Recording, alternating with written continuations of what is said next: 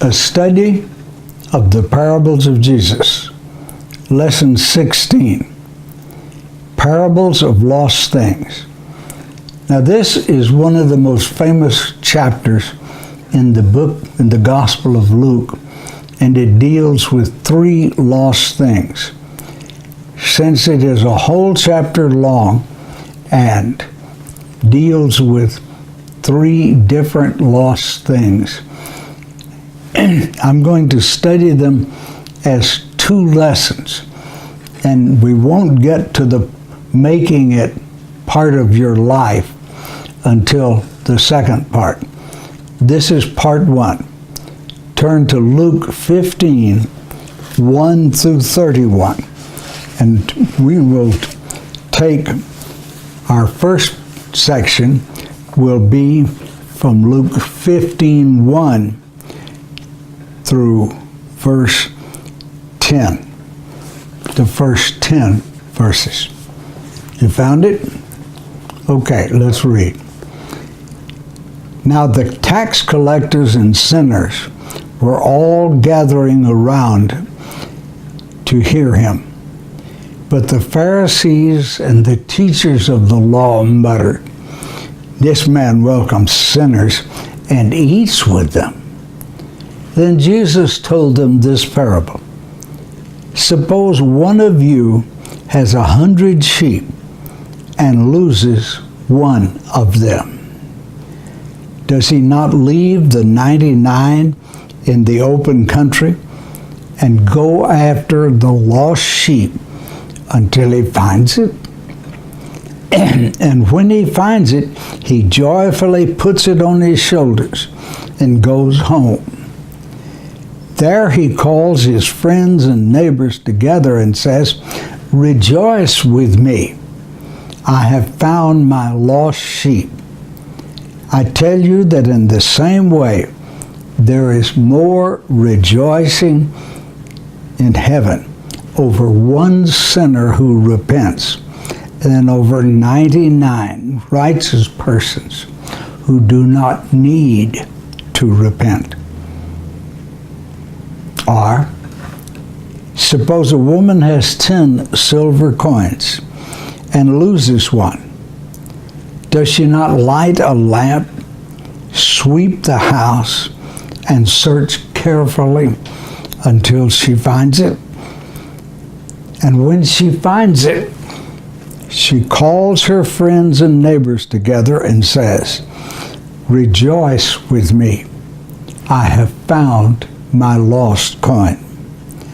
In the same way, I tell you, there is rejoicing in the presence of the angels of God over one sinner who repents.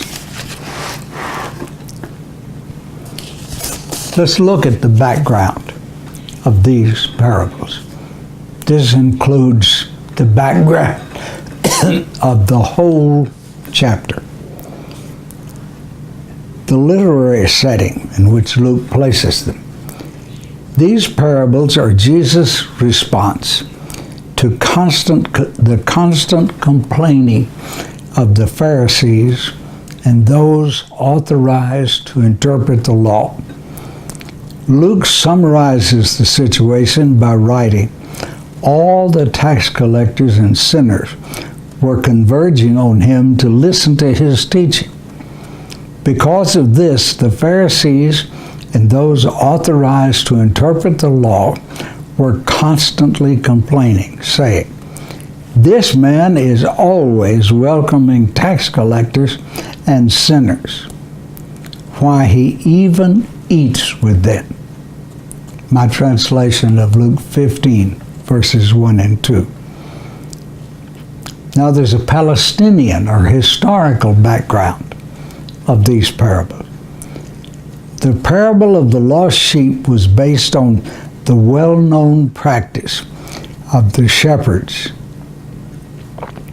The parable of the lost coin was probably based on the custom of a bride's bringing a cash dowry in the form of silver coins with her when she was married. This money was the only thing that remained in her possession throughout her married life. Everything else she had became the property of the husband. This made it especially valuable to her. There is a sense in which all of these parables are about value. What's more valuable, a lost sheep or a lost boy? Which is more valuable, a lost coin or a lost boy? Which is more valuable, a lost prodigal son or an elder brother who was never lost until his decision about his elder brother? Keep that in mind as we go through these parables. The parable of the lost son is based on the almost universal experience of the relationship between fathers and sons. A literary critic once described this small parable as an almost perfect example of a short story, with conflict, with tension, with suspense, and then with a surprise ending. Let's study the parable of the lost sheep and the lost coin. And this will be today's lesson. The meaning of the parable as a whole about lost sheep. A shepherd knew his sheep by name, John tells us in John 10:3, and he valued every one of them. Now, one of the commonplaces of Jewish religious teaching from time immemorial was that Israel, the covenant people of God, were God's sheep. The sheep on 1,000 hills are mine, the psalmist sings. The loss of even one of them was the occasion for an intensive search until it was found. They didn't keep sheep for meat to eat. The only sheep that they ever ate was an old, worn-out, tough sheep that had ceased to be productive. They kept them for their wool and their milk. Now let's look at the meaning of this parable. The shepherd is God, and probably in this historical context, Christ himself. The sheep is, or that kind of grates on my grammatical sense, the sheep are Israel. The prolonged search is the work that God is constantly doing, seeking the well-being of his covenant people. From the history of the call into a nation in the Exodus, God unceasingly and untiringly took care of the well-being of his people. He sent judges, he sent prophets, he sent war leaders, he protected them by miracles, he protected them by natural phenomena. He took care of them. His sheep were valuable to him. The time period from Abraham to the sending of the Son to proclaim the presence of his kingdom, God worked for Israel. The joyous celebration is the messianic rejoicing in heaven over even one of God's covenant people who responds to the Son's proclamation and enters the kingdom, the rule of God. Now let's look about making this parable your own. We'll do that when we, in the context of all three, in the next lesson. The parable of the lost coin. Let's look at the meaning of the parable as a whole.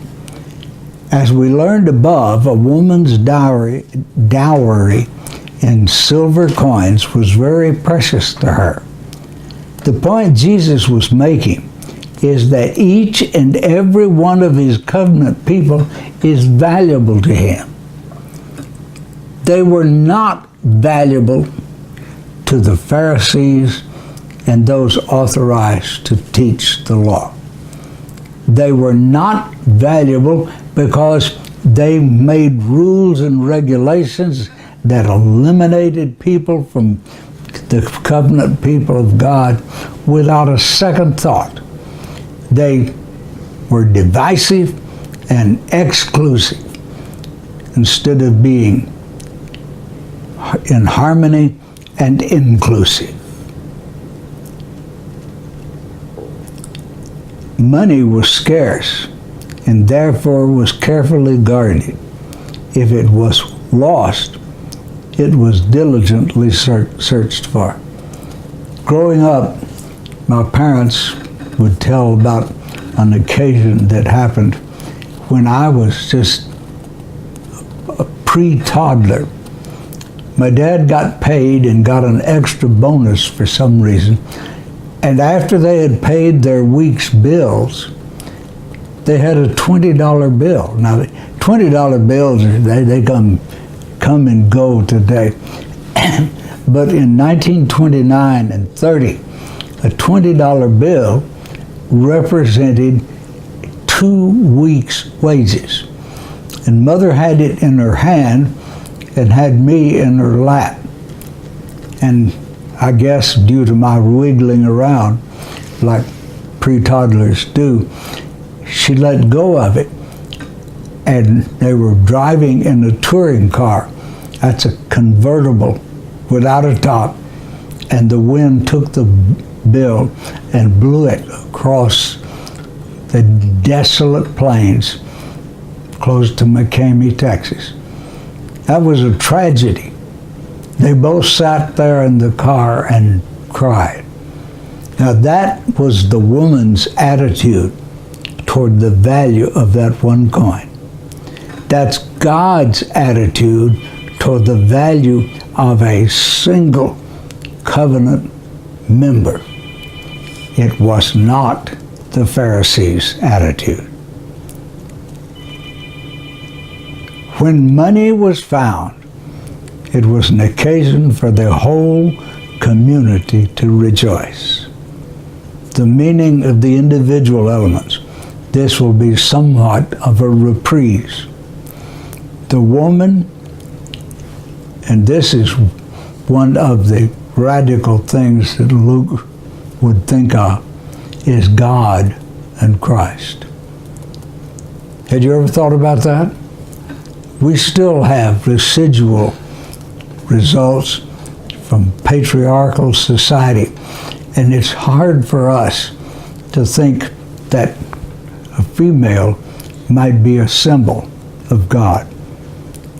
It is not hard for God or Jesus to do so. The coins are collectively God's covenant people. The lost coin is one member of the covenant people. The prolonged search is the same as in the previous parable. The joyous celebration is that same messianic rejoicing over the people of God.